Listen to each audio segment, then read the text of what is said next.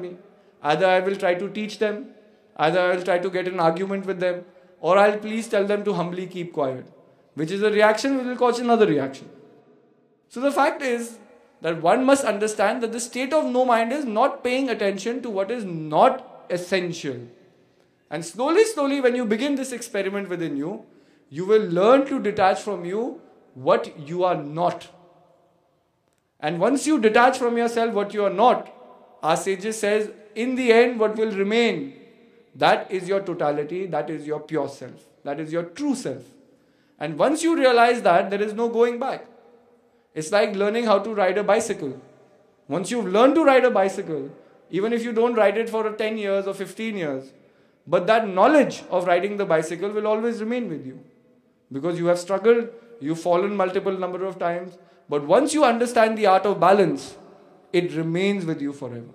In the same way, once you understand the right balance of how to walk in this life, how to detach yourself from the non-essential and focus on the essential, and once you've learned this art, once the mind is trained to be focused within here and now, what is essential, then that knowledge stays with you. You don't need scriptures to enforce it, because you become a living scripture yourself. So that is the focus that we must all have. There's a very beautiful example of different things, what each individual should do and what affects us, So the story it's a 5-part story, different stages of the story. So the first story goes as that there was a village which had a great drought and a lot of people were suffering. So all the village elders got together and they said that let's pray to God, and instead of 1 or 2 people praying, we'll call the whole village to the village square and all of us will pray for rain. So a time was allotted, a date was fixed. When that day came, everyone gathered in the village square, but there was only one boy who came with an umbrella. So that is faith. This is what faith is. We might have our belief systems. Everyone believed in God. That's why they came to pray there. But everyone didn't believe that their wish will come true. But there was one boy who came with an umbrella, meaning he believed that if we all prayed and God exists, then God will listen to our prayer and He will make rain. So only one boy came with an umbrella. That is what? That is faith. We might have beliefs, but belief is very different than faith. So the second story goes, is that we have no clue what is going to happen tomorrow. We have no understanding of what the future holds. But we still make plans for tomorrow. So that gives us the ability to plan for our future. So that is what? It is confidence that tomorrow will come. It is confident in ourselves, in our abilities. If you take a small boy and you lift him up in the air, though it's a very scary experience, but because the boy has trust in you that you will catch him, he enjoys that experience. But if you do it to someone who doesn't trust you, he will first look at you, why do you want me to throw me up? That's the first question he will ask. Like, what is the purpose of this? But if there's trust, then there is no fear. So trust is very important, faith is very important, confidence is very important. But then the story goes that we don't know if we'll be alive tomorrow. But before sleeping in the night, we'll set an alarm for tomorrow, to wake us up. That is what? That is hope that tomorrow we will live. So trust, faith, hope and confidence are very important things to take us further in life. But the person who writes these stories writes another story. He says we all see suffering in this world and we still get married. That's overconfidence. That is not good in life. So no matter how you look at the world, the only way you can learn about this life is through your experiences. That is what we say, Adi Guru. The Guru that has no beginning, has no end. What has no beginning and has no end is that force that sustains life altogether. And that force is what we call Adi Brahm. Something that's beyond comprehension. That is why in all stages of our journey in life, we have said there are 4 primordial stages. First stage is the waking state that we all experience. Then there is the dream state that we all experience. When we are not experiencing this waking state and we go to sleep, there's another state that takes over our life. We can dream to be a king, we can dream to be a pauper, we can dream to be anyone in this world. Beyond that state is the third state, which is the deep sleep state, in which you are not even aware of your consciousness, but something still exists. Because when you come out of that state, you know you have experienced that state. You went into deep sleep, you have the awareness of that. So something must have existed. But then they say the fourth stage of enlightenment is what? Is called Turiya. But what is that state? It is never defined. Why? Because that is the realm of pure experience. And pure experience cannot be defined. Now many people say, why cannot be defined? Because if I'm having the experience, I can share it with you. Now in the same, cycle of questions, if I am to ask a question to you, how does chocolate taste? So you will say, oh, it tastes sweet. But if I say I have never tasted anything sweet, now explain to me, how does the chocolate taste? Now aren't you in a fix of words? What word will you use to explain to me the sweetness of chocolate? You will say it tastes like sugar. I'll say I've never had sugar. Now explain to me. Then you will say, oh, it tastes like jaggery, raw sugar. I've never had raw sugar. Someone will say, oh, have you tasted sugar cane? The sweetness of the sugar cane is like the sweetness of the chocolate. But I've never tasted sugar cane in my life. Someone will say, oh, have you tasted a sweet mango? It tastes like. You can give me a multitude of examples. But I can say I have not tasted anything. Now explain to me what chocolate tastes like. Or sweet tastes like. Or what is the expression of sweetness. Or what is the experience of sweetness. Now the more words you use, the easier it is for me to deny it. But if you want to give me the experience of what a chocolate tastes like, there is no need for words. There is only a simple action that must be performed. You get a piece of chocolate, you put it in my mouth, and you don't need to say anything. You don't need to say any word. Because I'm getting a direct experience of what that sweetness is.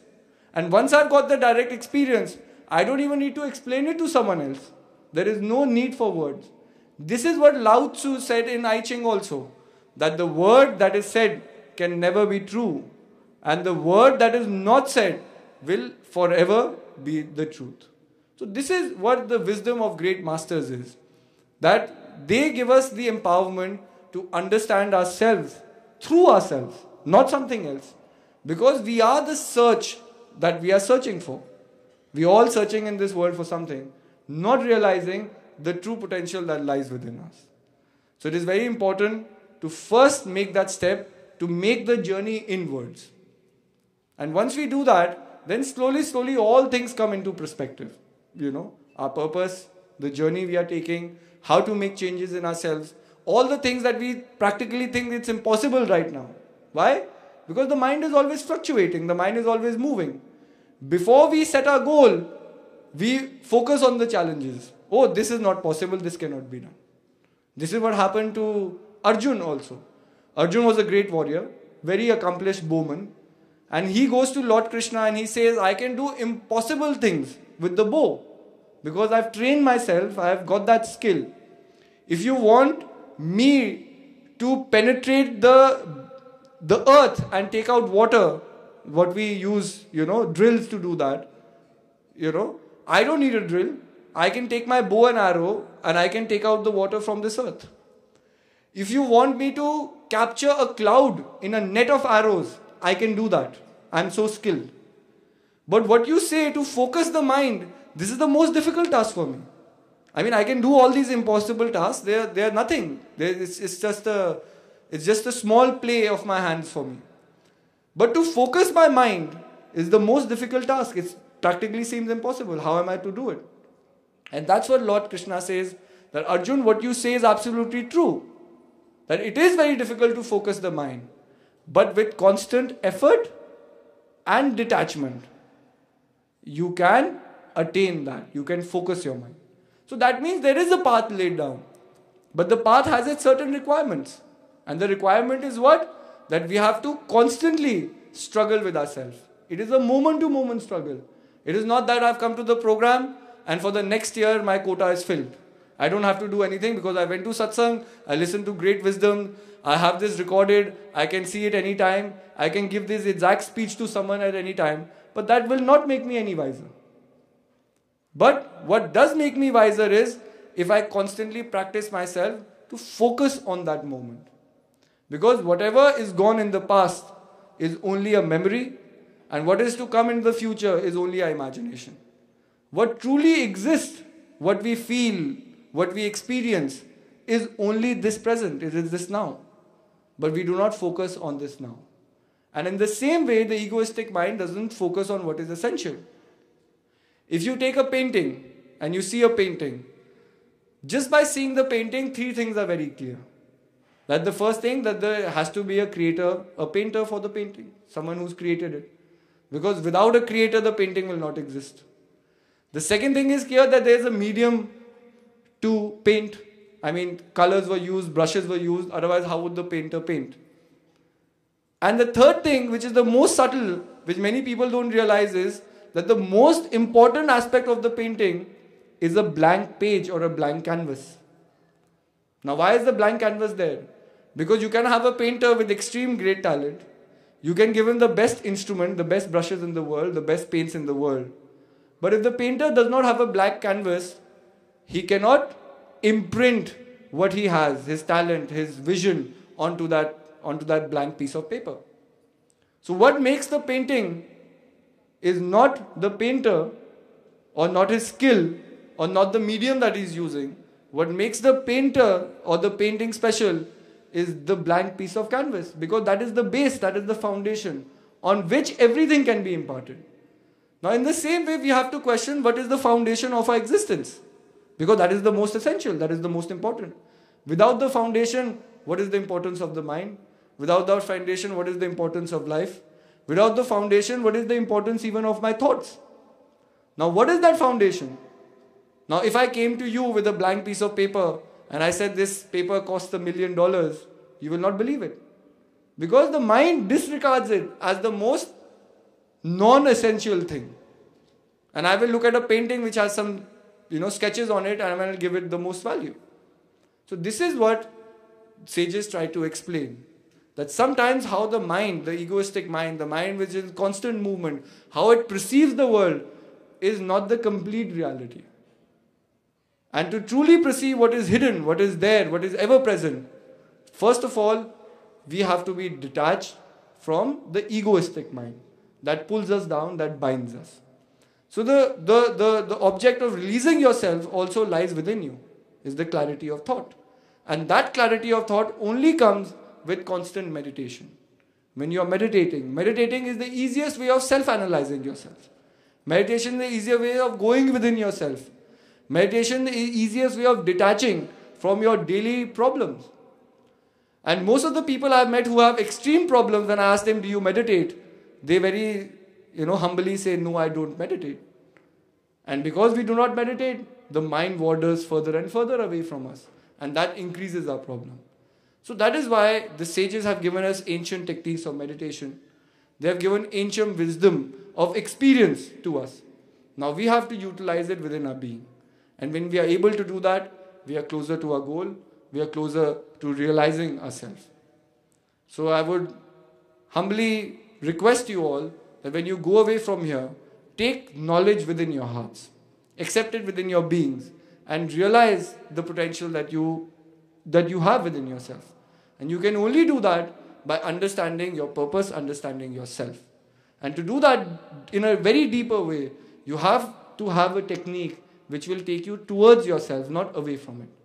Everything that is there, everything the mind projects is something that is taking you away from yourself.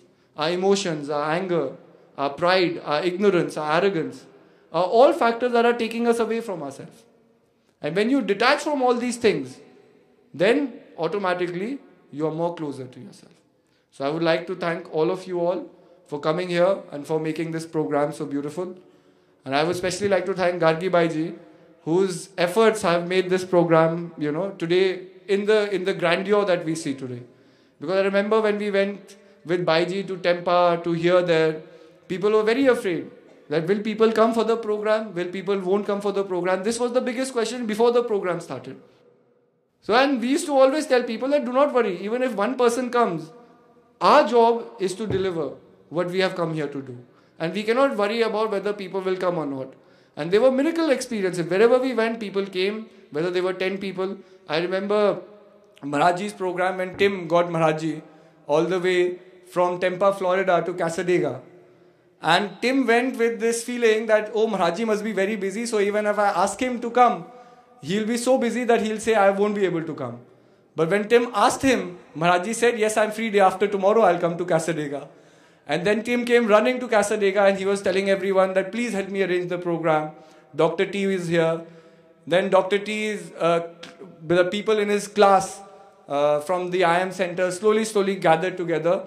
And I remember Maharajji giving the satsang, which still is recorded. Tim showed it to me when I went to his house in Casadega. The next year I came. And Maharajji was saying that Jesus Christ had only 12 disciples. And he gave them the knowledge, and those 12 disciples spread the word of God to all the people. So even if there are 20 people sitting in this hall, in the Kobe hall in Casadega, in the temple in Casadega, but then you will carry this message forward.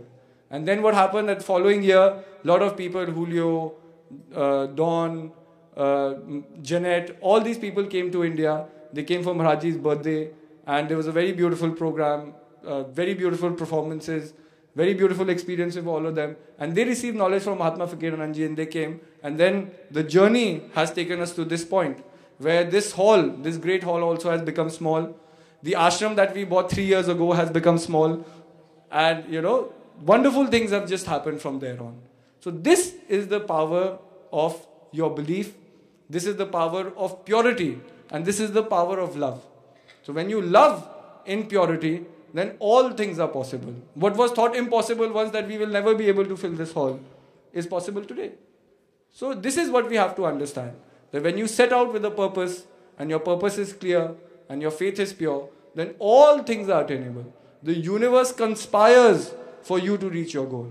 And this is absolutely true. But provided that the mind has to be clear, the mind has to be focused, and your purpose has to be realized. Once that is done, then there is no power in this world can stop you from attaining your dreams, attaining your true potential.